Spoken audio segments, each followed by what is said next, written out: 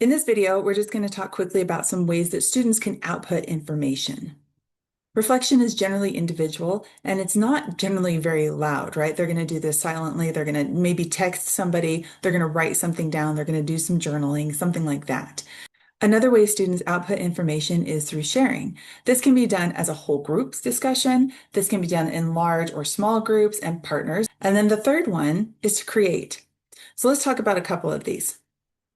If we're talking about sharing out, there's lots of things that you can do. You could do something like four corners where you put up a sign in each of the four corners, or you put up four different quotes or something on the board. And then you say, okay, if you agree with quote number one, go to this corner, quote number two, go to this corner, quote number three, go to this one, quote number four, go to this one. And then in that area, they talk to each other.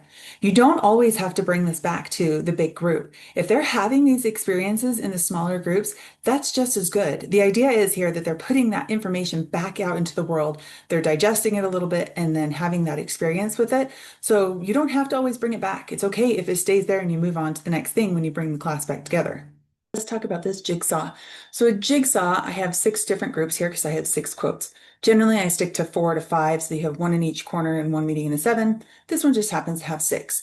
So they're going to choose for this one. You could also tell them where they're going to go. But on this particular one, they're going to choose where they go, and they're going according to which of these quotes brings them the most joy. They're going to meet up in their group and they're going to talk. You want to try and keep the same number of students. So, for example, I want about 6 students in each one so that once I am finished having them discuss it, and then they're going to split. And the new groups that they create will have a 1, 2, 3, 4, 5, and a 6. They're going to share the experience that they just had in their individual group with that larger group. And then when we come back, I could ask them questions or I could just be done and we can move on to the next thing. It just depends on the class and the time and what I feel like they need. Or if I hear a comment that is just particularly amazing and I want them to share as I'm walking around, I can ask them, hey, would you be willing to share that with us? Creating is an interesting one. It's not one people think of, but we have tactile learners as well. So maybe you're going to grab some Play-Doh or some paper and have them draw a picture. Play-Doh is fun because they can build things. Y'all are getting ready to teach the Old Testament. And one of my favorite activities in there generally happens around Halloween. You're going to be a little bit later than that, but there'll be another holiday where you can get a lot of candy cheap, or you can have students bring in some candy. I like to have them build the temple out of candy. And of course, then they have to scale it down. So they're using some of their other skills as well to come up with what a cubit means and what size that's going to be in comparison to what they are. But they build those rooms.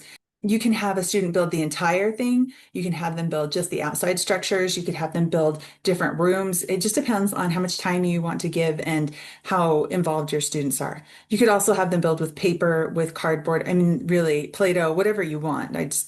They like to play with the candy and then they get to eat it. So that one's kind of fun. You could have them build gingerbread house style, particularly if it's near a holiday that might be something they really enjoy doing. So, that really it's whatever you want to do there. Don't be afraid of having them create and going outside of those lines a little bit. In fact, you have some pretty cool things coming up this week in our Doctrine and Covenants. I believe we're on 94 through 97. Does that sound right?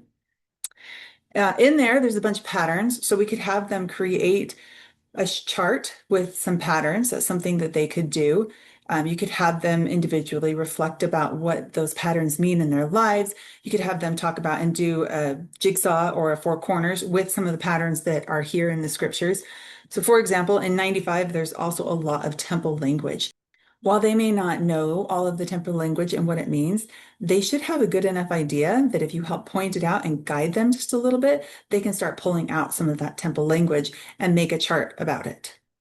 You could even have them create a Snapchat or a Instagram post or some kind of media post that goes along with this. In fact, as we get closer to Thanksgiving, why not have them create some kind of post about what they're thankful for and truly submit it, put it out there in the world of YouTube and Facebook and all of the social medias that they're using? Why not take that opportunity? Let them share their testimony out to the world and then follow up on that a day or two later. I hope this has been helpful and that you found a way that you, as a teacher, can quiet that inner voice that we want to share with them so desperately. Remember, our job is to teach the gospel, testify of Jesus Christ, and get out of the way so the Spirit can do his job. You're doing great work. I'll see you later.